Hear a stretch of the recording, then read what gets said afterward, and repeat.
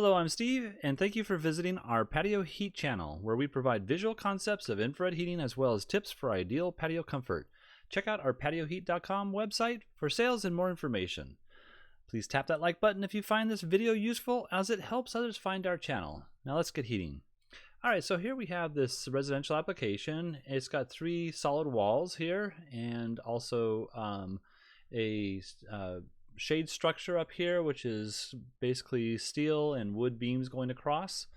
And so let's go ahead and look at what we can do here. So far they don't have any seating arrangement out here. They do have a countertop over here, so that's not going to be an occupied space, but we'll go ahead and just take a look at what we could do, and let's go ahead and get into it here. Alright, the dimensions overall I have at 12 feet 6 off the floor, and then I have 19, almost 20 feet wide by 20 feet wide this direction. There are a couple of doors. These doors do slide left and right and do not come out into the patio itself. And anything else here? Again, we do have this countertop. I did place this table here in the center just to make it as possibly this type of seating they're going to be using, so we can kind of see what's going to happen with the heaters and how it'd be effective in the this environment. So let me go ahead and turn off the dimensions. Now I'm going to go ahead and show you what would look best, but I think this would work the least best. I would not really recommend this application. You might consider maybe placing 3 units here instead of 2, but these would be 4,000 watt units, slimline units, but you can see they look really nice in this application because they're slim, they match the beams, they kind of fit underneath them very well.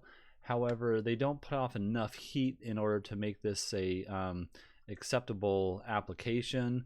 You can see that with this, the structure being 20 feet, so these are essentially 10 feet from center to center. You might want to put the third one in here so that you have, one every 5 feet roughly. That might give you a better footprint of heat, but let's go ahead and look at to see what that footprint would look like. And you can see here with this elevation, we're not really getting a good penetration down below, so I don't think you'd be very comfortable with this particular application.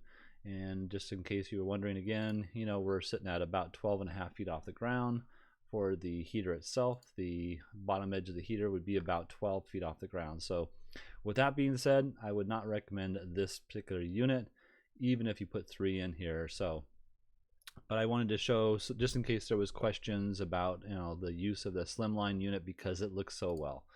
All right, so let's turn that one off, and we'll go ahead and look at a different electric option.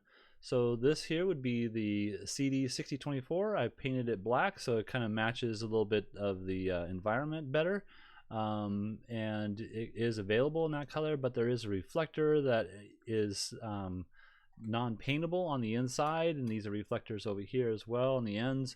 So ultimately that's the only type of that's the only part of the unit that can be painted and still allow the heater to operate efficiently. So let's go ahead and look at the, and then again, it's both units here were just centered within this span here. Even though the table's offset that I have, I think this is an entry exit point, so you're not going to be sitting right here against this window or rather doorway system. And so I kind of set it so that it's still in the center of the room itself, and I just think that would be a visually more appealing application. So let's go ahead and look at the footprint of heat. Here we go, and we have, with the 6,000 watt units, we still don't have that true penetration I'd really be looking for or wanting. However, this might be the best application. Just looking overhead here, you can kind of see the footprint of heat. We're not really, we got a little bit of crossover here, so the center area here is not truly heated as well as I would like. There is some portions that are, if you were sitting here, for instance, in the middle, the ray is not really penetrating your body as well as I would like to see it. So you might want a third unit if you're going to choose something like this with the electric units. And I think that would be efficient for the center of the patio. You're really missing probably about 50% of the patio with a layout like this, where you have 2 or even possibly 3 units, one in the middle here. So again, these are 6,000 watt units, Sunline Infratechs, and I think that would be an okay application, especially if you put the third one in there.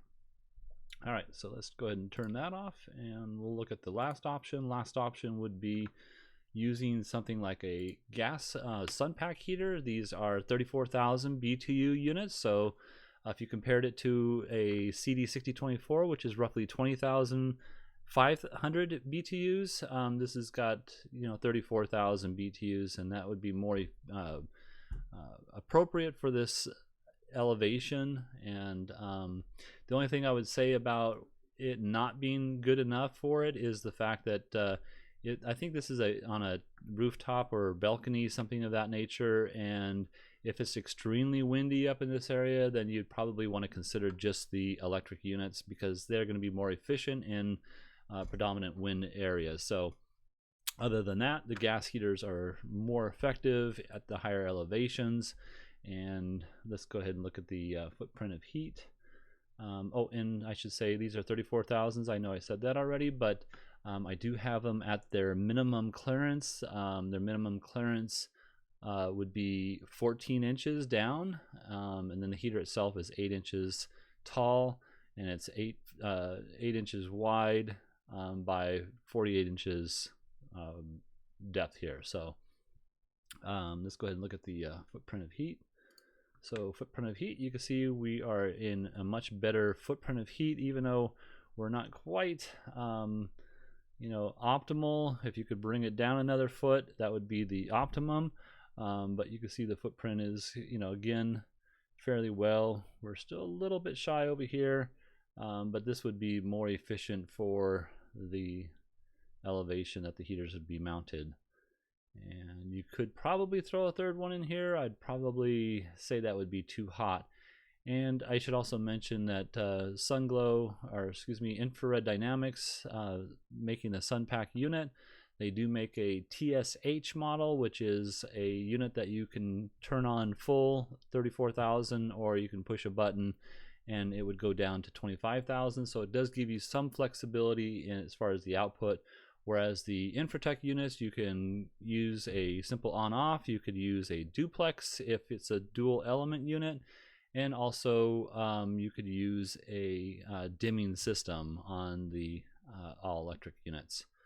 So, all right, I hope this has helped. If you're looking for some assistance with your outdoor heating application and you'd like us to review your plans, please send your information to designs@patioheat.com. I'm Steve, and don't forget to hit that like button. We don't advertise, we don't monetize, and the only way YouTube will promote our site is with your thumbs up, and we truly appreciate that. Have a great day.